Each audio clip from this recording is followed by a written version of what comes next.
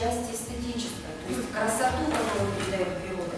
Потому что это не просто воздух, который она дает, это жизненно необходимо.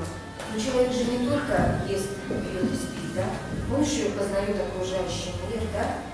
Через искусство, через культуру, да? Вот сегодня мы с вами будем немножечко посмотрим, а как же художники, великие художники относились к природе и какое наследие они оставили, иногда названные общечеловеческими ценностями, которые являются, в общем-то, иногда даже бесценными.